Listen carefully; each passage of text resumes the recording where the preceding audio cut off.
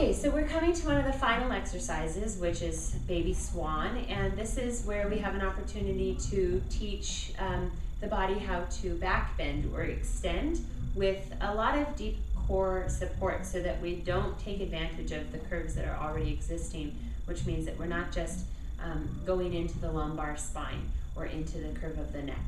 So we begin lying down, arms at your sides, and Jeff, widen your shoulders just a little bit. There you go. So for most of us, we need to just have a little broader position through the hands. The leg position is hip width apart, tops of the feet pressing down so that you're parallel through the legs. Now, if you have any low back concern, or you know you need a little extra support from the pelvis, you're going to turn the legs out a bit, or you can experiment with turning the legs out and engaging the gluteal muscles to give the low back and pelvis some support. If not, keep the legs parallel and play with keeping the glutes out of the exercise so that we can isolate the core a little bit more. So the exercise starts like so many do with the breath, inhaling, and then as you exhale, you're going to engage the abdominals, and we're just going to do this a couple times. You want to feel a narrowing right here through the front of the hips. So just inside of the hip bones, the bony landmarks that you can feel on the mat, you want to draw those 2 points together. And when you do that, you should feel an elongation of the low back and maybe even a slight impression of the pubic bone. Inhale, let that go. We'll just practice that 2 more times. Exhale, feeling the deep abdominals engage. Feel the pubic bone get weighted and feel there's space being created as you hug the spine with the abdominals and back muscles.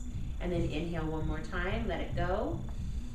And exhale, feel the abdominals deepen, the tail lengthen, and then hold that position, you two, and you're going to inhale again.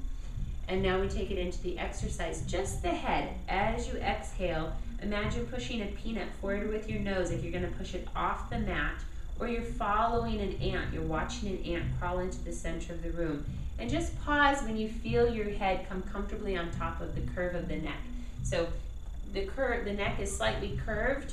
Go ahead and lift your chin too much, you guys, so we can see what it looks like to just be thrusting the chin up and forward. So you're really only moving the head and neck now, and that's too much. So bring the head all the way back down. So just monitor that the movement in the beginning of the head and neck is very subtle. Inhale and exhale. Deepen the belly and nod the chin. Follow your ant crawling across the room. Bring your head up a little tiny bit more onto the neck and pause there for the breath in. And exhale as you come down. Always trying to feel a length or a reaching from your heels to your tail to the base of your head. So adding on, moving up a little higher. Inhale and exhale. The most crucial part is this abdominal engagement. And follow your ant or push your peanut forward. You begin to put some weight into the arms. You begin to peel or rotate the collarbones up towards the wall in front of you, towards where the wall and ceiling meet. And like Jeff, I like this little head shake just at the top to make sure that my neck is staying easy on top of my shoulders, and I can really feel the work coming down into my middle back. Hold this position for an extra breath. Slide the shoulder blades away from the ears and just check in with the low back and notice that there might be work there, and that's appropriate, but you don't want to feel strain. Take an inhale, you two, and exhale as you come all the way down. So putting it together with a little more flow. Take an inhale, prepare. Exhale, push your peanut forward.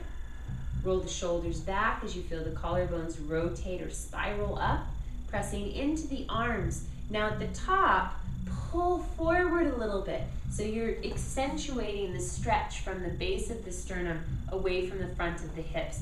So if this starts to feel like an abdominal stretch as well, that's excellent. That means that you're getting a lot of length and you're naturally narrowing and elongating through the center. Inhale at the top and exhale. Now this curve is going to look different for everybody depending on how much curve you have naturally existing, how much flexibility you have. So don't be waylaid by making it look like, or distracted by making it look like either Jeff or Gloria. We've got kind of 2 extreme positions. So you're really working for equality. You're working for finding the place that feels right for you, where you can find the back extension and feel fully supported through your center. So this exercise in particular, take your time and keep it small. Let's do it one more time together so you can see the whole thing. Inhale and exhale. Deepen the abdominals. Follow your ant crawling into the center of the room. Put some weight into the arms as you slide the shoulders back and down. The heart comes forward. You're going to hold it at the top for 2 breaths. And these 2 breaths are an opportunity to check in and make sure that if you need some extra pelvic support, engage your glutes, turn the legs out, reestablish the deep abdominals, and then create a little more length as you try to draw yourself forward, potentially pulling with the arms. Inhale both together. Exhale now as you lengthen as you try to come down. And I'm going to have you come back into a quadruped or cat stretch to reverse this exercise. So push yourself back onto your hands and knees.